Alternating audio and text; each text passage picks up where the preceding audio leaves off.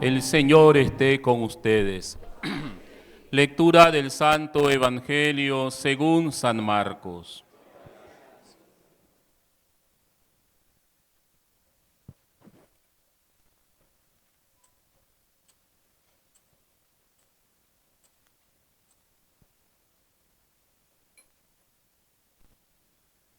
En aquel tiempo, al salir Jesús de la sinagoga, fue con Santiago y Juan a casa de Simón y Andrés. La suegra de Simón estaba en cama, con fiebre, y enseguida le avisaron a Jesús. Él se le acercó, tomándola de la mano, la levantó. En ese momento se le quitó la fiebre y se puso a servirles.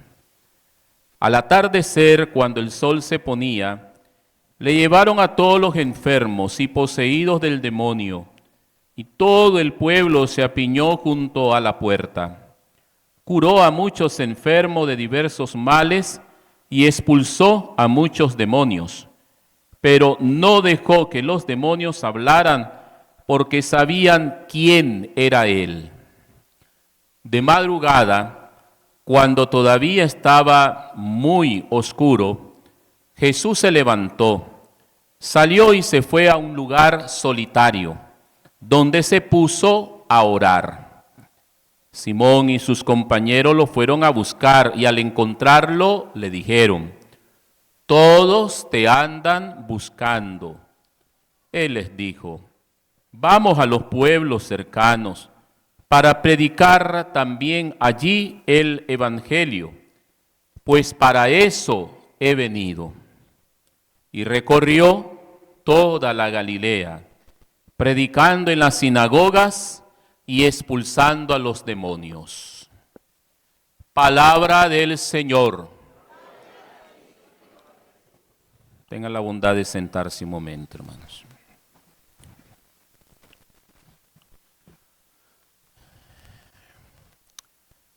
El Evangelio de San Marcos de este domingo quinto del tiempo ordinario en el ciclo B continúa el itinerario de Jesús que el domingo pasado, recuerden ustedes, lo encontramos en la sinagoga de Cafarnaúm, día sábado, donde predicó la palabra de Dios y expulsó un espíritu inmundo de un hombre que estaba poseído. Sale de la sinagoga, es el evangelio de este domingo, y va a la casa de Simón Pedro y su hermano Andrés, acompañado de Santiago y Juan.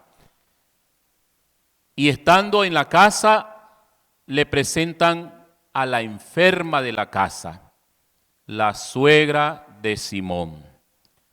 Una mujer de mayor edad que está con una fiebre, algunos las traducen febril, es decir, una fiebre intensa, fuerte, y que necesitaba pues ser curada. Y aquí vemos entonces la acción sanadora del Señor Jesús.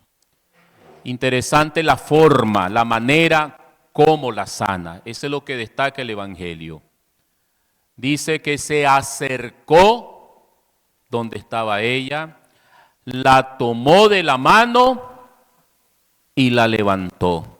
Tres actos, tres acciones que difieren muchísimo de las formas tradicionales con que se pretendía sanar a los enfermos en el tiempo del Señor.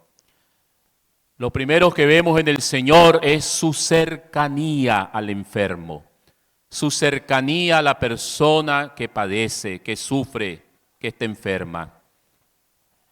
Esa cercanía muestra ese calor humano del Señor, esa sensibilidad grande que tiene por el que padece, por el que sufre. No está retirado del enfermo, no se aleja de él. No es como cuando nosotros estábamos en el tiempo de la pandemia, ¿verdad? Que se nos decía, no se acerquen al que tiene COVID. Y recuerden ustedes, pues, que había restricciones, ¿verdad? Y cuánto sufrimos nosotros cuando se nos enfermaba un familiar en la familia de COVID. Y pues no podíamos acercarnos porque era altamente contagioso.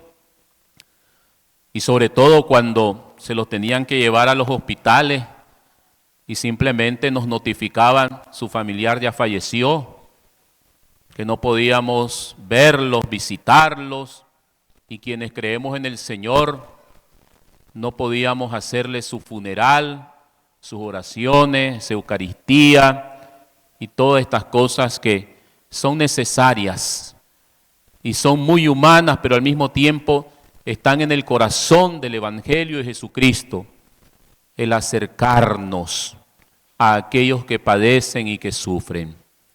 Eso es lo primero que vemos en el Señor.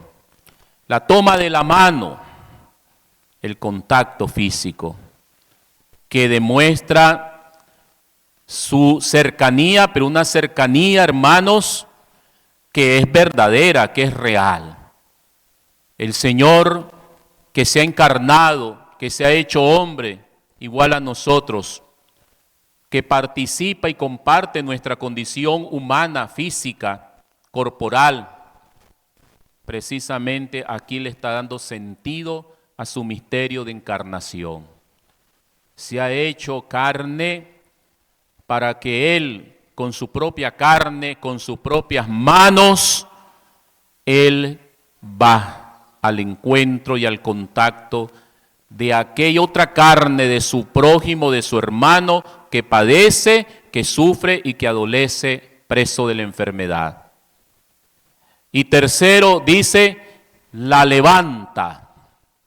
El verbo que ocupa aquí el Evangelio de San Marcos será el mismo verbo o la misma palabra que se va a ocupar cuando se hable de la resurrección, tanto de los muertos y de la propia resurrección de Jesús después de su muerte.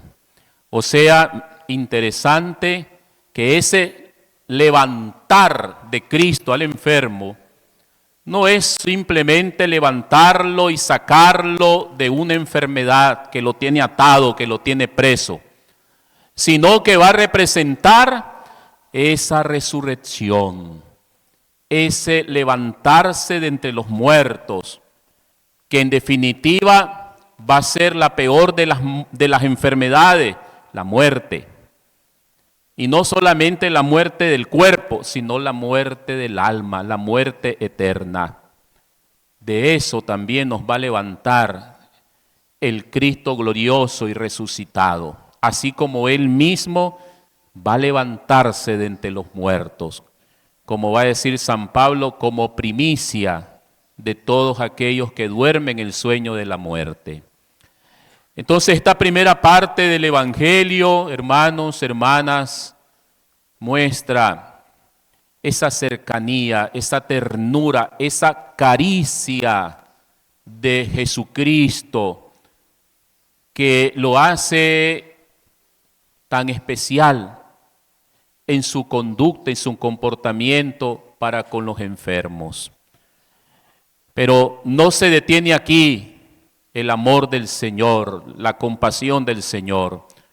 Acto seguido, tiene que atender a una innumerable cantidad de personas enfermas y poseídas por el demonio, dice el texto. Al caer la tarde, cuando ya para los judíos está terminando el Sabbat, el día del Señor, para ellos cuando ya se mete el sol, ya terminó el día. Pues no es como nosotros, ¿verdad? Que el día termina, ¿a qué hora? A las 12 de la noche, ¿verdad? Ahí termina nuestro día de 24 horas. Para los judíos antiguamente el día terminaba, ellos pues así lo miraban, se metió el sol, ya se acabó el día, se terminó el día. Por eso el texto dice al caer la tarde. Entonces ellos aprovecharon que ya el sol se estaba metiendo, estaba ya cayendo la noche, y entonces ya no violaban el sabbat, ya no violaban el día sábado. Y aprovecharon, estaban esperando pues que terminara el día, y todo el pueblo en la puerta de la casa de Simón y Andrés, llamando a Jesús: Señor, aquí estamos los enfermos, los endemoniados, atiéndenos, ayúdanos, libéranos y sánanos. Y el Señor se dispuso a orar en favor de todos estos enfermos. Los sanó a todos. Y ahí vemos esa acción grande del Señor, que no tiene límites, que no tiene frontera, que no mide ni el tiempo ni el espacio.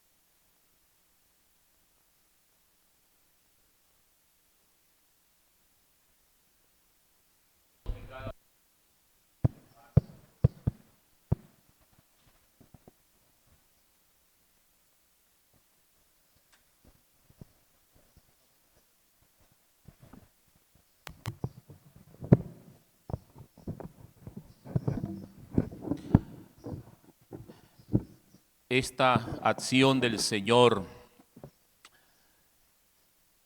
nos enseña que el amor de Jesucristo es grande, es para todos.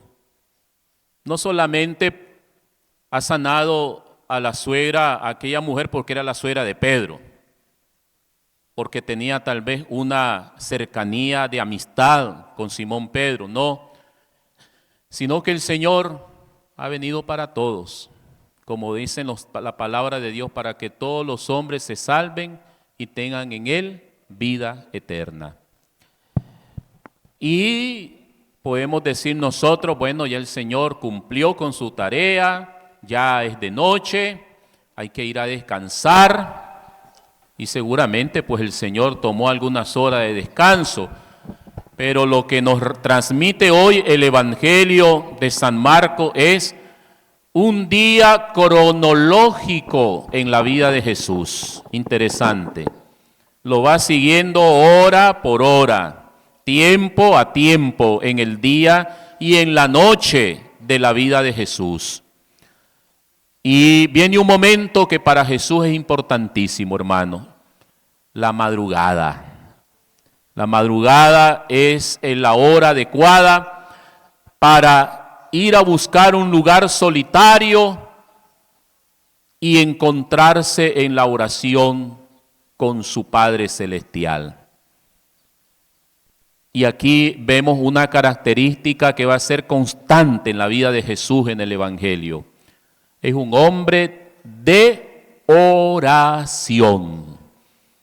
Jesús busca el tiempo y el espacio, el lugar adecuado para orar, para entrar en esa comunión espiritual con su Padre Celestial. Por lo tanto, podemos afirmar desde esta característica de Jesús orante, que para el Señor la oración no era algo más en su vida. Para el Señor la oración era la fuente de todo su hacer. La oración era la fuente de su misión de Salvador. La oración era el lugar donde Él se fortalecía, donde Él se cargaba, se llenaba de la energía del Espíritu Santo y también tenía la fuerza de su Padre Celestial para poder emprender el bien en favor de los hombres. La oración. Todos nosotros, hermanos, no podemos descuidar la oración. Todo cristiano, cuando se dedique a hacer una misión en la iglesia, cualquier misión que sea, grande, pequeña, comunitaria o incluso personal, nuestra misión personal, nuestro apostolado, nunca la hagamos sin la oración. primero tenemos que orar. Primero tenemos que orar. Y Jesús nos enseña que oró en la madrugada, es decir, lo primero del día es la oración. Antes de hacer las actividades del día, primero busca en la oración al Señor, a tu Dios. Búscalo a Él. No perdamos esa costumbre que creo que todos de una u otra manera la tenemos, ¿verdad? Creo que todos la tenemos, porque es lo que se nos ha enseñado en la iglesia. Antes de levantarnos, hacer nuestra oración, por muy sencilla que sea, pero sí, primero Dios en el día de tu vida y encomendarnos a Él, ofrecerle a Él este día de trabajo, de servicio, ya sea para el mundo, ya sea para la iglesia, cuando nos toca servir al Señor en la iglesia. Es lo primero que tenemos que hacer. No perdamos esta buena costumbre. No nos despertemos y no nos levantemos pensando en otras cosas o dándole atención a otras cosas. Primero el Señor, primero tu Dios. Y luego todo vendrá como fruto de esa oración, de ese encuentro con el Señor. Jesús pues aquí nos muestra esto que es importante. Y luego está amaneciendo, me imagino tipo 6 de la mañana, me imagino que el Señor 2, 3 de la mañana es que hacía su acostumbrada oración. Los apóstoles se despiertan, ¿verdad? Amaneciendo, y buscan en la casa, ¿dónde está Jesús? No está Jesús. Y ellos se van a buscarlo y dan con el Señor. Y lo encuentran allá todavía en su faena de oración. Y le pasan la voz, Señor, le dice, todos te andan buscando. Allá tenés en la casa un montón de gente también, otra cantidad de gente que te anda buscando. ¿Y cuál es la respuesta del Señor? Tenemos que ir a otros pueblos a predicar el Evangelio. Para eso he sido enviado. No es que el Señor está despreciando a la gente. No podemos interpretar así esta parte final del texto. No. Sino lo que el Señor está evitando es esa fama que muchas veces viene cuando Él hace el bien a su prójimo. Porque el Señor, hermanos, no hace los milagros, no cura enfermos, no expulsa demonios para hacerse famoso. No es la fama lo que está buscando el Señor. No es la vanagloria. No es el aplauso, no es el reconocimiento. Lo que busca el Señor es la salvación de las almas. Y eso es lo que prevalece en Él. Por eso Él, con qué humildad, va a decir, bueno, ya les di a este pueblo un día. Ya les di mi amor, mi compasión, mi salvación. Ya ellos no han entendido, porque era difícil, ¿verdad?, entender para aquella gente el fin de Jesús. Pero ahora el Señor, Él sí lo entiende y Él dice, tenemos que ir a otros pueblos. Así evitamos la fama, evitamos la vanagloria y seguimos cumpliendo con la tarea que mi Padre me ha confiado. Ese es el verdadero sentido de esa frase del Señor.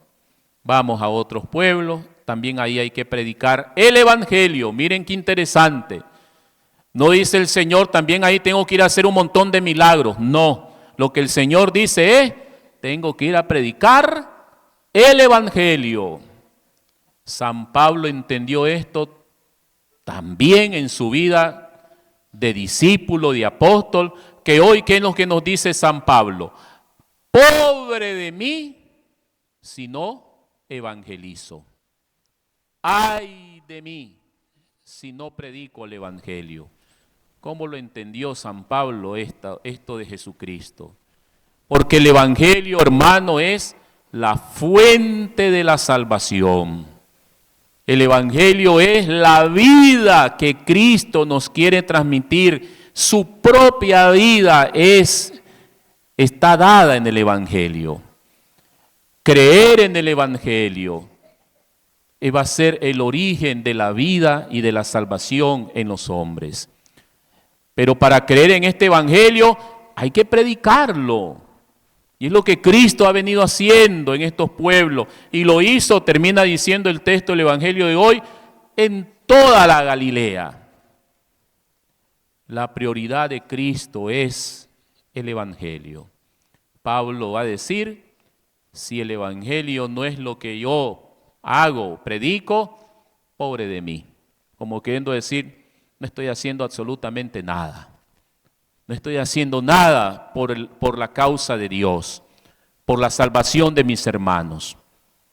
Ahí está entonces la preferencia del Evangelio en el corazón de Cristo, en el corazón de un Pablo en la segunda lectura, que también hacía todo lo posible y lo imposible para poder llevar el Evangelio a todos, a todos. Esa frase de Pablo, me hice todo por todos, para llegar a todos, pobre con el pobre, rico con el rico, me hice todo para todos. Hoy pues vamos a darle gracias al Señor que nos ha regalado este hermoso evangelio, hermanos, donde vemos a Jesús, que lo podemos resumir en 3 palabras, un Jesús que ora, que nos enseña la importancia de la oración en la vida de nosotros como iglesia. Un Jesús que hace el bien, curando enfermos, expulsando demonios. Un Jesús que tiene compasión, que es cercano a la realidad de sus hermanos, que se compadece, que siente el dolor, que tiende la mano, que levanta, que resucita efectivamente al que está sumergido en la enfermedad, en el dolor, en el sufrimiento y posteriormente en la muerte. Pero un Jesús, tercero, que nos enseña que la fuente de la salvación es la predicación del Evangelio. Una predicación que está sostenida por la oración, que marca el paso, que es la punta de lanza de la predicación.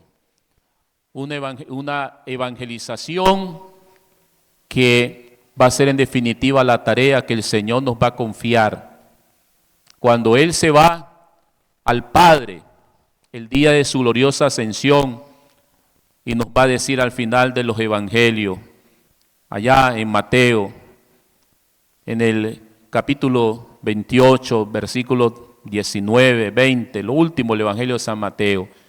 Ese es lo único que nos va a decir el Señor. Vayan por todo el mundo y prediquen mi evangelio a todas las criaturas. El que crea, bautícenlo en el nombre del Padre, del Hijo, del Espíritu Santo. El que no crea será condenado. Eso fue lo que el Señor nos encargó, la predicación del Evangelio. Que el Señor nos enseñe y nos ayude a todos, hermanos, en la iglesia a tener estas mismas características de nuestro Señor Jesucristo.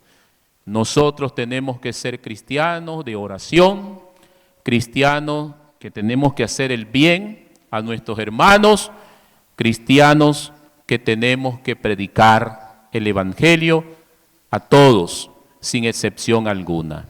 Que la gloria sea para nuestro Señor Jesucristo. En el nombre del Padre, del Hijo, del Espíritu Santo, nos ponemos en pie.